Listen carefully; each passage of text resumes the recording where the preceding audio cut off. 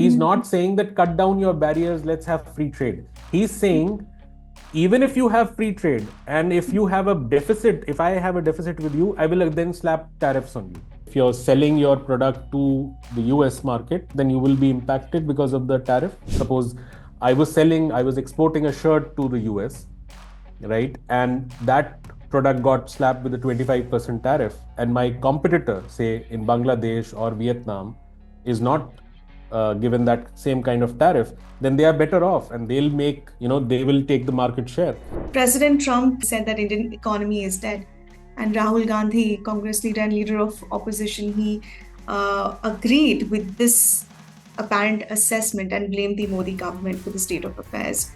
Donald Trump is known to say things which don't always, they're not backed by data. From the US president's perspective, it could appear that, okay, it's a small economy, it's an insignificant one, but it is not dead by any measure.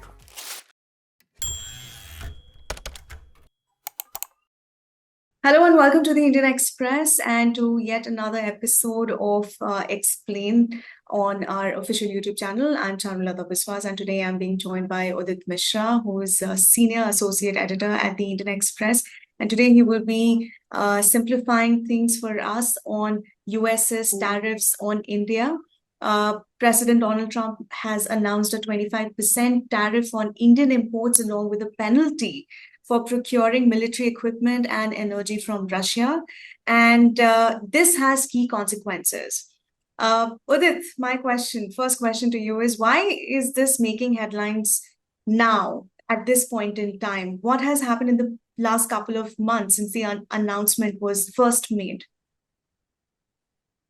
Hi, Charu. So, many of the viewers might recall that President Trump first announced fairly comprehensive set of tariffs on April 2nd, which he called the Liberation Day. Right. And that was his way of saying that, he's liberating the US economy from what he believed was the rest of the world trying to take advantage of the US economy. And at the heart of it was a notion that Donald Trump believes that if you have a trade deficit with a country, then you are being taken advantage of. And US has a trade deficit with many countries. And a trade deficit basically means that, you are importing more things from another country and exporting less in value terms. Now, he announced a broad set of tariffs. India was also one of the countries which got slapped with tariffs, and that was around 26% tariffs against India on April 2nd. They came into play on April 9th. In fact, 10% of that came into play on April 5th, I think, and then the rest 16% on April 9th. And then on April 10th, he suspended that. And he said that now we will wait for countries to negotiate with us. And India was already in process to negotiate a free trade agreement, a bilateral trade agreement, and that process sort of got into further motion. And I think what the trade minister has said is that we've had 5 physical meetings between the two countries. But the thing that changed yesterday was that till now we haven't had a trade deal. We couldn't conclude a trade deal, and Donald Trump had paused and extended that pause up till August 1st. And so yesterday, since the month was ending and we had not yet concluded the deal, he sort of said, okay, the tariffs will be 25%. Now, these numbers have been slightly different. It was 27% at one time, 26 at one time, now 25. But broadly, the thing is that these are massive tariff hikes, and they will impact India's trade with the US, because if US puts a tariff on our products, that means the prices that US consumers pay for our products will go up by 25%. So which means if the price goes up, typical behavior is we buy less. So the demand for our goods will go down. That would be the first set of impact. Okay. That could be also be termed as bad news for Indians. And yesterday, in the statement that I read by the Commerce and Industry Ministry, They said that the government had taken note of Trump's statement and is studying its implications. The government also attaches the utmost importance to protecting and promoting the welfare of our farmers, entrepreneurs, and MSMEs. So my focus went immediately on these three things that they specifically said: farmers, entrepreneurs, and MSMEs. How badly are they going to be impacted, and how will India be protecting them? What's your sense right now? Sure. So, the way to understand is that how much would be the impact? Now, if you look at, I was just looking at what do we sort of import, what do we export to US?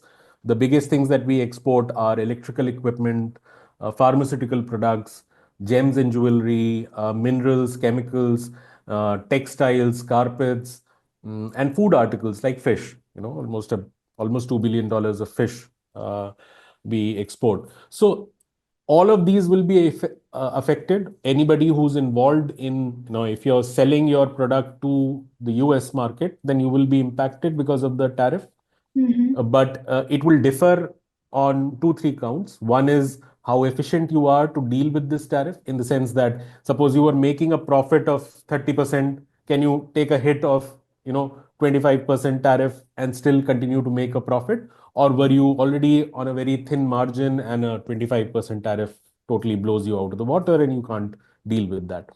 The other factor that will come into play, and we don't have answers to this immediately, is that who's the competing country or producer to your product. Suppose I was exporting a shirt to the US, right? And that product got slapped with a 25% tariff. And my competitor, say in Bangladesh or Vietnam, is not given that same kind of tariff, then they are better off and they will take the market share.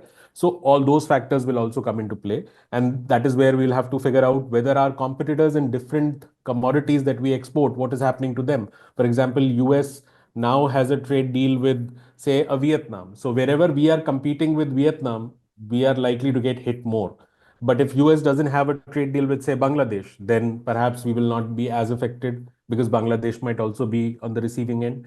It would also matter whether Bangladesh gets slapped with a 15% tariff or a 35% tariff, because all these are things that will hit on the margins.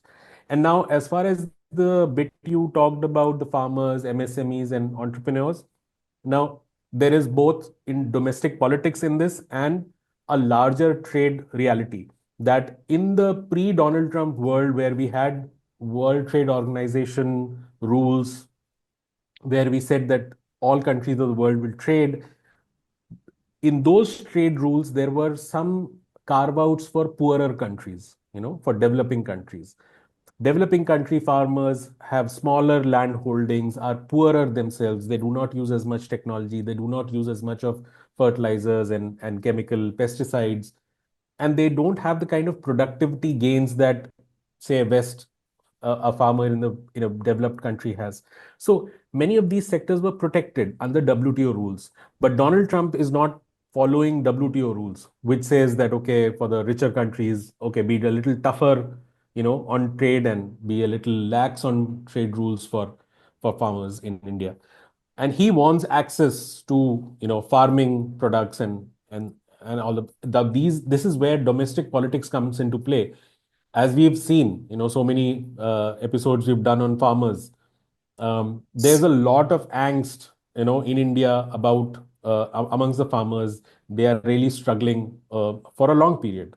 And if you open up trade and, foreign food grains and food articles start flooding into Indian markets, this would have a very bad impact on Indian farmers. I don't know so much about MSMEs necessarily exporting to the US, but the point is that, once you open up your economy wholesale to global trade, there can be very sharp trade-offs. You Mm-hmm. know, Even in a country like US, they have a very anti-globalization mood right now, primarily because they feel that globalization hasn't helped them. It has worked against them. So you can totally understand that a country which is like India, which is poorer, doesn't have as much, at a individual level, doesn't have as much of uh, resource to sort of tide over a tough period. they can find it really tough to deal with the upheaval that trade brings.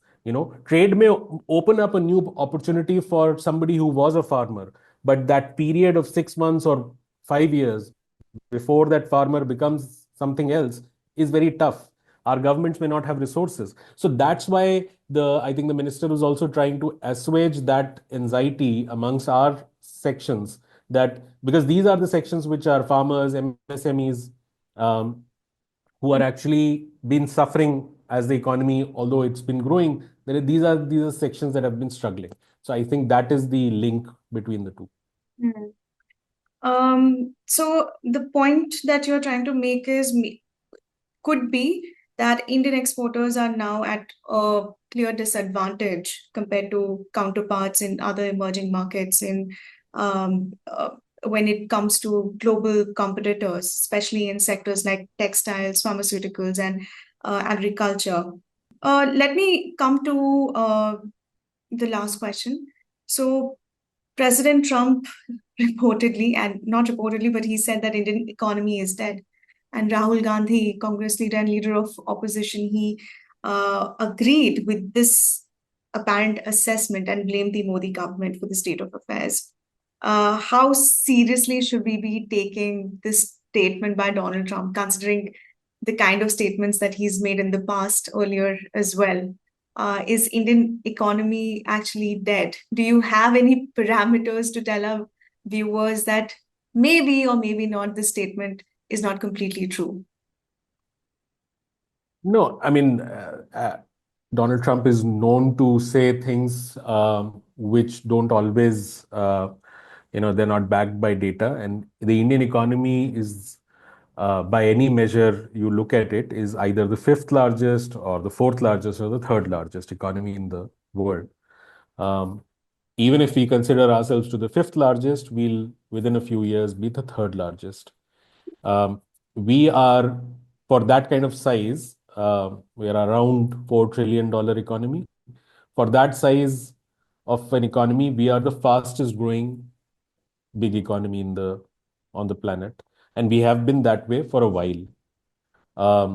Even when the BJP government was saying that we are a fragile five, the fact is that over the last 20, 30 years, we've done very well. Only China seems to have outpaced us. We have done better than most other economies in terms of growing year on year. It is true that if you just look at right this moment, and if you're trying to understand why Donald Trump is perhaps looking in such a derisive manner towards India, is because he's the president of a country which has a total GDP of $30 trillion. That is roughly, I think, 26% of the global GDP. So the global GDP is 112 trillion or whatever, and US is 30 trillion. So he feels powerful and he looks at India. India's GDP is around 4 trillion, and that's just 3.5% of the global GDP. But and he looks at trade, and I was looking at the trade data that India's share in global exports, total exports in the world, is just 1.8%. So we are the most populous country in the world, and we just have 1.8% share in Yeah. goods trade. And if you look at services trade, the kind of stuff that Infosys or TCS would do, Yeah. our share is 4.5, 4.3%. That is. And US is at a higher level at 8.5 for goods and 13% for services exports. So from the US president's perspective, it could appear that, okay, it's a small economy, it's an insignificant one, but it is not dead by any measure. We have many problems in our economy. There is a lot of poverty, as we've shown. I have several pieces that I've written about poverty and inequality in India, and those are alarming issues. We have massive unemployment, we have low female participation rates. Those need to be rectified, but that doesn't mean that we are dead. If you look at it another way, in terms of a growth, in terms of the additional GDP that comes out every year, India contributes 16% of the global GDP. So while overall our size is small, we are growing at a faster clip, you know. So we are not a dead economy. We have many issues in our economy, but that only shows that we are actually quite alive. We are trying to rectify it. And I think again, Mr. Rahul Gandhi's statement also should be seen in the same political light in which the BJP government says that we were a fragile five and we were absolutely condemned economy when they took over. It's with the same kind of thing that you should look at Mr. Rahul Gandhi's statement that he thinks that since Mr. Modi's prime ministership, the economy is dead and it was alive before that. So, I mean, those are just all extreme political positions, and I think we should look at the data would show that we are not a dead economy. There's a lot of ailments, but not a dead economy. Pretty alive. Yeah, quite political because also because we know that Trump uses the tariffs as a pressure tactic, like we saw with in terms of what happened with China, EU, and also Mexico. But obviously, there's a broader geopolitical message around here that we are also we will be dissecting with Shubhajit in another conversation. Udit, what's your last takeaway from here, and what is next in this whole tariff saga that's ongoing with Donald Trump?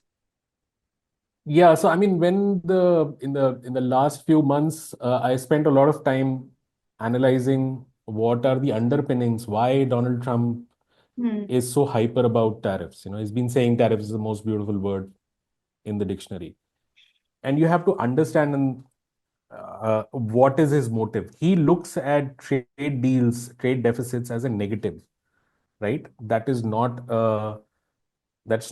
a mainstream understanding of deficits. You know, the way trade happens is that one country may have a deficit with another country, but may have a surplus with another country, and those two countries may have a deficit. You know, so Hmm. the world is better off with trade. Mhm. There is just overwhelming evidence of that. Having a deficit is not a bad thing. The problem with Donald Trump is that he thinks only a balanced trade is the right trade, which means it has massive repercussions then for policy, which means he will keep putting tariffs till the trade is balanced. The only way trade can get balanced between India and US is if US starts exporting, importing less material from India, or if India starts importing a lot more from US. You know, so either India will be forced to buy more stuff from US to balance the trade, or the US will have to cut down its purchases from India. That will make everybody worse off. So I think this is a phase, and I think we talk so much about Hmm. what percentage of tariff is he putting now and what is he doing. If the idea is to bridge the trade gap, Yeah. not have a deficit, Yeah. then there will be no end to this mayhem. And this I wrote in one of the pieces, that if you understand that Donald Trump is not a free trader in that sense, right? He's Hmm. not saying that cut down your barriers, let's have free trade. He's saying even if you have free trade and if you have a deficit, if I have a deficit with you, I will then slap tariffs on you. Hmm. So, this cannot happen. Like, you cannot play cricket and say that, okay, whatever runs I make in the first innings, you also make the same runs in your first innings. This is not how the game is played. So you have to, if he, so it's a basic misunderstanding of what is the point of trade, what are how the benefits of trade happen. And that is why I feel I have a fairly jaundiced view on this, that um, I think Donald Trump's tariffs and numbers and all of this is driven not by some genuine understanding of trade. It is driven more by an ideological position that there should not be any deficit. Now, imagine a poor country in Africa, which where you can mine diamonds, but where people are very poor. When you're importing diamonds from that country, you're importing very high value stuff, right? And when you give some part of it to them, to the poor people, they are not going to go and buy McDonald burgers or Ford cars or GM motors or whatever. They might not import anything from US. So that country will have a surplus with US and US will have a deficit with them. Hmm. Now, Donald Trump wants to put tariffs on those diamonds or whatever, right? In the idea that this is a deficit is a bad thing. But you're getting diamonds which you didn't have, right? And you're giving some money to them, and they are so poor that they simply cannot buy stuff from you, right? Right. Similarly, US, has big cars, large cars. Europe has small roads, narrow roads. So Mm-hmm. it just is not a right decision for a European to buy a large, big car from the US. So I mean, it's a choice ultimately. Trade is a choice, it's a free choice. And he is not going by that. He just wants to bridge the deficit. And that's a very bad way to go about trade. And that's why I feel that these numbers will keep going up and down until unless he gets the trade deficit to be zero. Balance. Yeah. That basically would mean less and less trade. Mm-hmm. The only good point in all of this is that, and I've written in one of the pieces, US is only 13% of the global trade, which means if for a moment you remove US from the planet, the rest of the global trade, 87%, is still amongst all the non-US components. So the world can get along.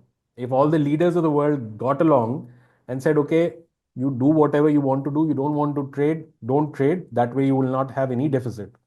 Cut down all trade, you will not have any deficits. We'll trade amongst ourselves and we'll figure out a better solution. But Um, how can India mitigate this situation now? I mean, is there an option on the table for India to accept it? There's also a penalty. So, what's the option before India right So now? I think there are two, three things that, A is, how efficient you are, in anything. Can you make shirts more efficiently, right? Can you make whatever products you're making more efficiently? That nobody is stopping you from making roads better, electricity better, more reliable. Hmm. Domestic reforms are the heart of it. Secondly, opening up markets elsewhere. As I said, US is just 13% of the global trade. Like if all the trade they have is just 13% of the total trade. Take Right. them out of the equation and ask yourself, where can I trade elsewhere? There is Europe. There are other countries like UK. There's whole of Africa. You have China. You have, other countries in ASEAN. Trade with them. Open up. The problem is that India itself has been in a protectionist trend for a while. And that Okay. there I would agree that Mr. What Modi does has that been mean? actually What does leading, that mean? which means that we've been moving away from trade. We've been trying to protect ourselves from more trade. When the RCEP, which is the late, in 2023, I think, no, 20, I think 2020 or 2019 December or November, we pulled ourselves out of RCEP, joining RCEP. We were on the verge of joining RCEP. We decided not to join. And that was driven by the same concerns that people inside our country will get hit when we open our markets to ASEAN countries and to China, right? China will flood all its goods to us. Now, either you can think in terms of what will happen to our producers, right? Typically, the concern in such trade deals is that what will happen to our producers, but nobody bothers about what will happen to our consumers. Again, this is something that I've written and also done a video with you on this, Yes. on how we often misunderstand trade because we only look at producers of a country and not the consumers. I will benefit from a lot of cheaper imports. So you're taking away that opportunity for me and my quality of life by saying that only one set of producers will be affected. So, India can open itself up for more trade. It can become better at whatever it's doing so that it can compete better, you know, Okay. create unique products, you know, those things. Overall, just it cannot be the case, which is what Donald Trump's argument is, that uh, the world cannot do without US, right? So while it is all very fine for him to believe that, we simply should not. That should not be the starting assumption for us. We should try to keep negotiating with him, and hopefully, at long last, he will understand that because he's opened this front with everybody. Hopefully, at Absolutely. long last, he'll understand that this is not workable. But we should ourselves look internally, and so much analysis which shows that if we can have domestic reforms, be better at what we are doing in terms of cost, like simple cost of transporting one good to another. How much does it cost from transporting anything from Noida, where we are sitting, to say Trivandrum? What is the cost, and what is the cost taking it outside the country? Why isn't the cost lower in India, within India? Can we make that more efficient? Once you bring those efficiencies, everything becomes of a different scale. I said that that was my last question, but I've already asked you two more questions. But I can't let Sure. you go without asking this one post that again Donald Trump wrote about a couple of hours back. He was talking about how he has concluded a deal with Pakistan, and he said that we are in the process of choosing the oil company that will lead this partnership. And who knows, maybe they'll be selling oil to India someday. So that sort of became like one of the headlines today. How do you see this statement? What's your I first? mean, see, I mean, so I honestly feel that people should trade, and when you have good trade relations, you would not fight with each other, and you will not be wrecking each other's economy or society. So good trade relations are good in my view. Of course, right now, any notion of us doing anything positive with Pakistan is not socially acceptable, and I can understand those circumstances. But I feel that when countries trade deeply, then they have better chances of being peaceful and progressing together. And if somebody has a job in that country also and is prospering, less likely to be radicalized, which is the heart of their problem in many ways. And um, I think, Donald Trump swings from being the great peacemaker to being a belligerent leader. So I don't know. I mean, the project itself, oil refining or oil processing, is a long-term project. Nothing happens. There's no tap to be opened immediately. So, and Pakistan itself is going through a fairly troubled time. One reason why Pakistan has not seen a lot of investment from global investors is because of the uncertainty within the country, Right. political stability, a commitment to rule of law, whether courts are functional or not, effective or not. So it's not just a matter of Donald Trump signing a deal and leading to results. Pakistan's internal reforms, as I said about India's internal reforms, and Pakistan is far, far off from that. They would have to set their house in order before anything can come to a point where, Pakistan and India have a trade deal where we are taking oil from them. I hope we reach a point where countries can trade more and fight less. Thank you, Udit. Thank you so much. I hope India is not clean bowled, taking the cricket reference. uh, So, thank you so much for Yeah, dissecting this so beautifully and putting it out in simple words for all our viewers, like you always do in our conversation, and also in your explained speaking pieces they go up on our website, the Indian Express. Thank you so much for joining me in this conversation, and all the right. viewers who are watching it. Stay tuned for more such explainers with Udit. And if you have any questions or doubts or anything, feel free to comment below and also write to us. Thank you so much for watching, and don't forget to like, share, and subscribe to our channel, The Indian Express.